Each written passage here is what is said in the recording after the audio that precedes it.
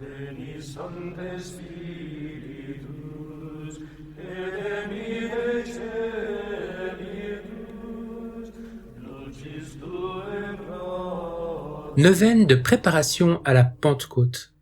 Chers frères et sœurs dans notre toujours aimable Jésus, en ce vendredi après l'Ascension, je vous propose d'entrer, avec Louisa Picaretta et saint Alphonse-Marie de Ligorie, dans la grande neuvaine ecclésiale préparatoire à la solennité de la Pentecôte, neuvaine à l'Esprit Saint.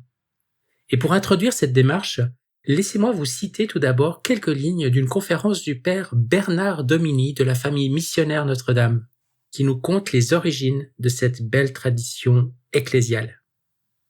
À la fin du XIXe siècle, la bienheureuse Elena Guerra, fondatrice en Italie des Sœurs Oblates du Saint-Esprit, pressa le pape Léon XIII de ramener l'Église au Cénacle. De 1895 à 1903, Sœur Helena fut poussée par l'Esprit Saint à écrire 12 lettres confidentielles au pape pour lui demander un renouveau de la prédication sur l'Esprit Saint. Dans ses différents écrits au souverain pontife, elle l'exhortait à inviter les fidèles à redécouvrir ce qu'est une vie vécue sous la conduite de l'Esprit Saint. Dans sa prière, elle demandait un renouvellement de l'Église, l'unité des chrétiens, un renouvellement de la société et par là même un renouvellement de la face de la terre. Son cœur était hanté par l'idée d'une Pentecôte perpétuelle. Elle disait « La Pentecôte n'est pas finie, en fait c'est toujours la Pentecôte, en tout temps et en tout lieu, parce que l'Esprit Saint désire ardemment se donner à tous les hommes, et ceux qui le veulent peuvent toujours le recevoir. Nous n'avons donc rien à envier aux apôtres et aux premiers croyants. Nous n'avons qu'à nous disposer comme eux à bien le recevoir, et il viendra en nous comme il l'a fait pour eux. Pour rappeler ce renouveau, sœur Helena eut aussi l'idée d'un mouvement mondial de prière sur le modèle du Cénacle de Jérusalem, où Jésus célébra la dernière scène. Exactement là où, le jour de la Pentecôte, Jésus remplit sa promesse d'envoyer l'Esprit Saint, alors que 120 personnes, dont les apôtres et Marie, mère de Jésus, étaient réunies dans une prière incessante. Sœur Helena déclarait « Oh, si seulement, de tous les points de la chrétienté, une prière aussi unanime et fervente que celle du Cénacle, la chambre haute de Jérusalem, pouvait s'élever jusqu'au ciel pour raviver le feu de l'Esprit divin. » À l'incitation de sœur Helena, Léon XIII publia plusieurs documents importants sur le Saint-Esprit. Tout d'abord, en 1895, il écrivit une lettre apostolique, Provida Matris Caritate, qu'il termina en demandant aux fidèles de célébrer, pour l'unité des chrétiens, une neuvaine, c'est-à-dire 9 jours de prière, solennelle à l'Esprit Saint, entre les fêtes de l'Ascension et de la Pentecôte. Il y eut un second document en 1897, une encyclique sur l'Esprit Saint, Divinum Illud Munus, qu'il termina, là encore, en invitant les fidèles à se souvenir de la neuvaine solennelle qu'il avait demandée en 1895. Il déclarait que la neuvaine n'était pas limitée à une seule année, mais devait être une neuvaine perpétuelle, célébrée chaque année entre les fêtes de l'Ascension et de la Pentecôte, avec toujours la même intention, celle de l'unité des chrétiens. De nouveau, à la demande de sœur Helena, un autre événement important eut lieu le 1er janvier 1901.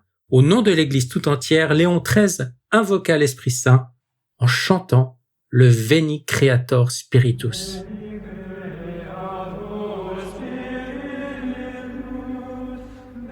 Et je vous propose par ailleurs de placer cette neuvaine sous le patronage du cardinal Mercier, qui nous révélait ce qu'il appelait un secret de sainteté et de bonheur, en affirmant ceci.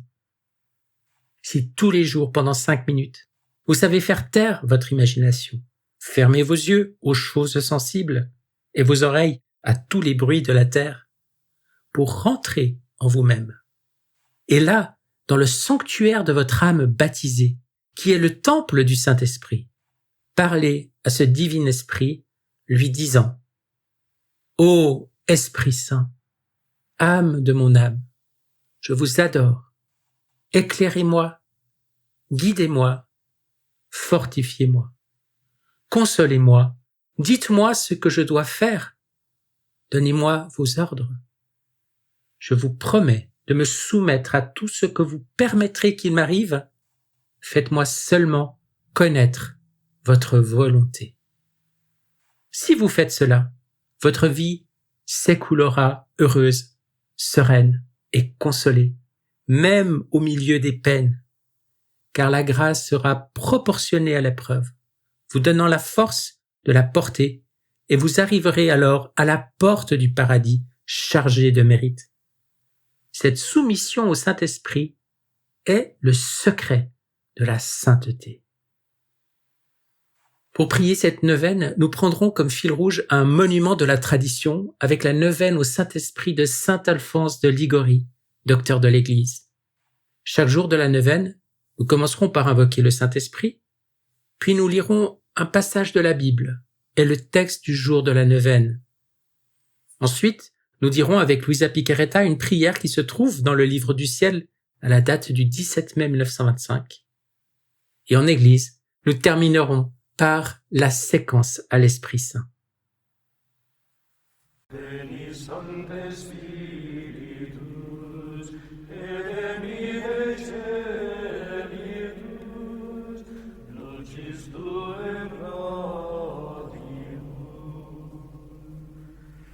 Veni Pater Pauperum, veni Dator Mulierum, veni Lumen Cordium.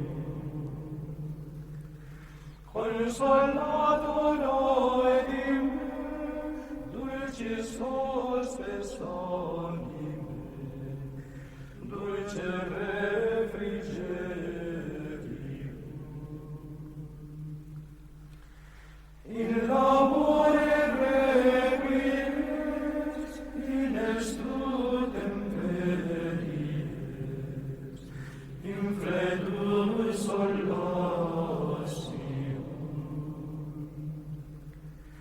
Orlos beatissimo, reble cordis intimo, duorum fidelium.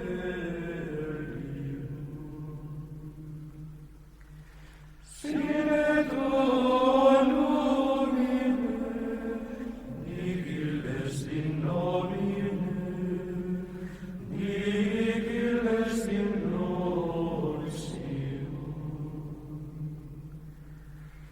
Lava codes ordidum, brina codes parium, sana codes saucium,